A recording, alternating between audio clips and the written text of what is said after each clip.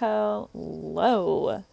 So this is from Monday, Tuesday class. And so I just wanted to go over it a little bit more. Also, some of the screenshots that I took didn't work, so that was my bad. Anyway, here we are. So we'll make this one work. I'm just going to change my colors so you know that I care about the aesthetic of this document.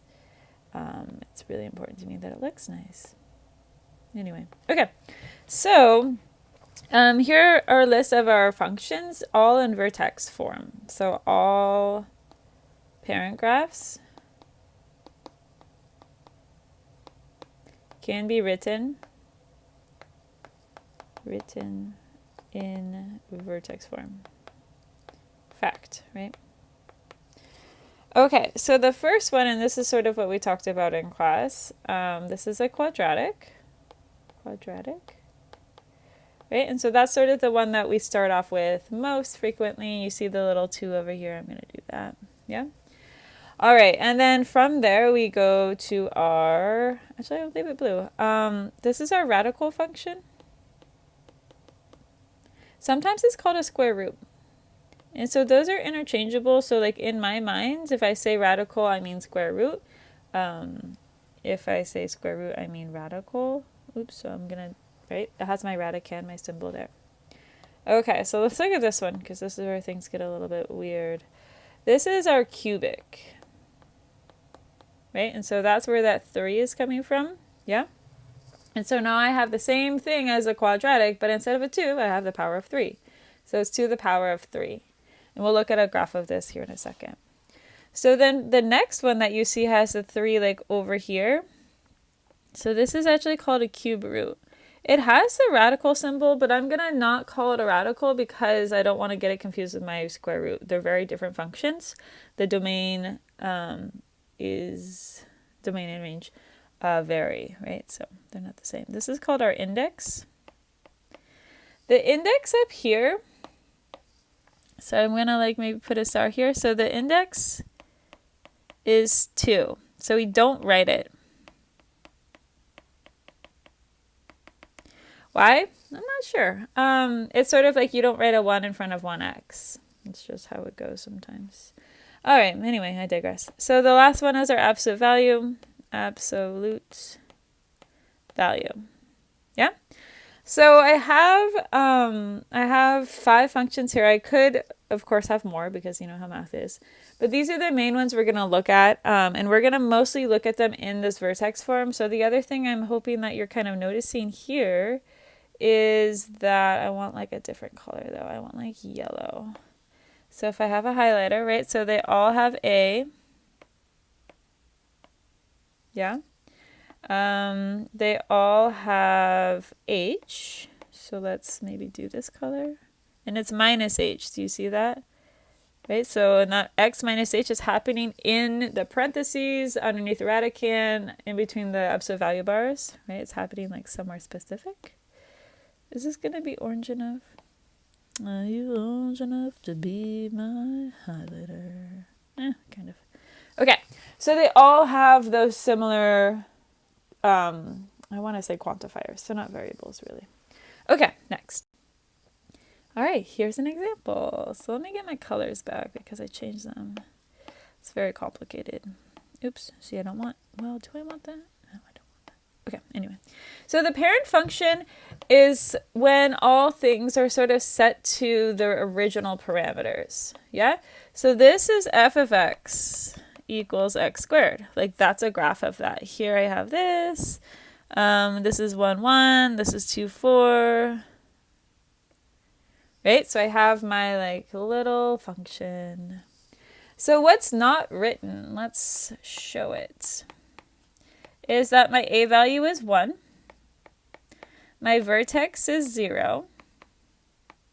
So I have these 1s and 0s, right? And these are extra. So this is just the same thing as saying, right? F of x equals, well, I'm going to write it like this, but it's x squared. Yep. Okay. So my parent function is sort of like the thing that's been set to its like default settings, I want to say. Let's do that in quotes. Default settings.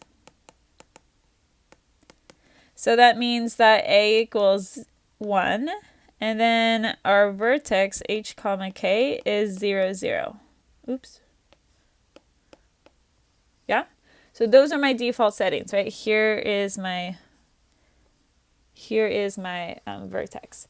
So same thing for the vertex here, right? 0, 0. This is also going to be called a locator point. And I know how to spell this today. I didn't yesterday.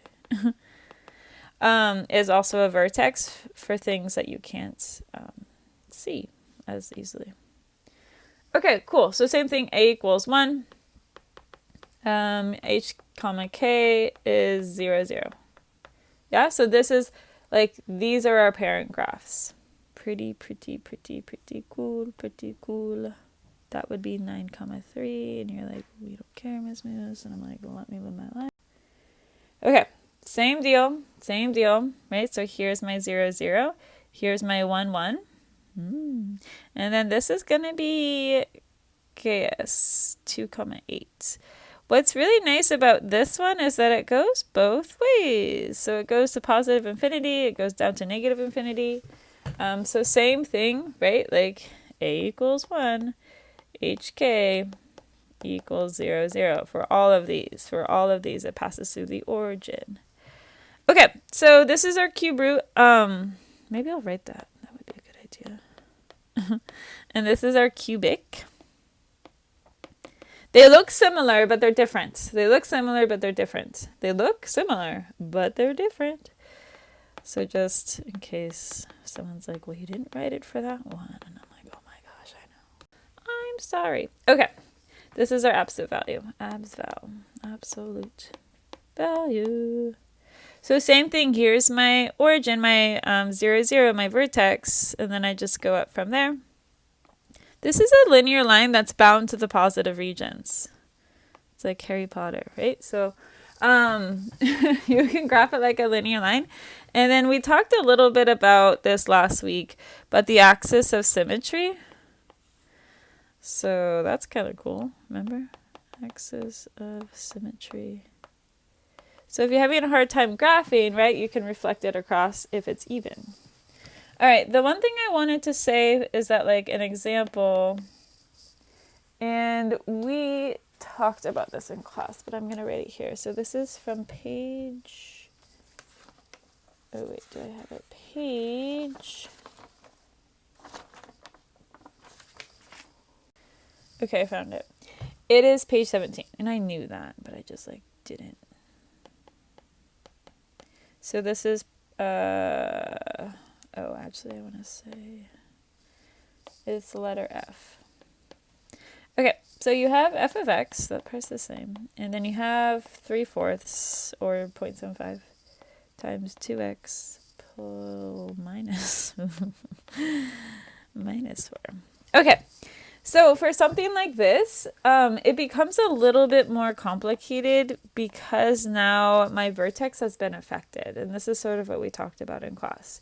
And so I can't just jump to the fact that, like, I have 3/4 and then I have like 4 and 0 as my vertex. It's actually not true. It's actually 2 and 0.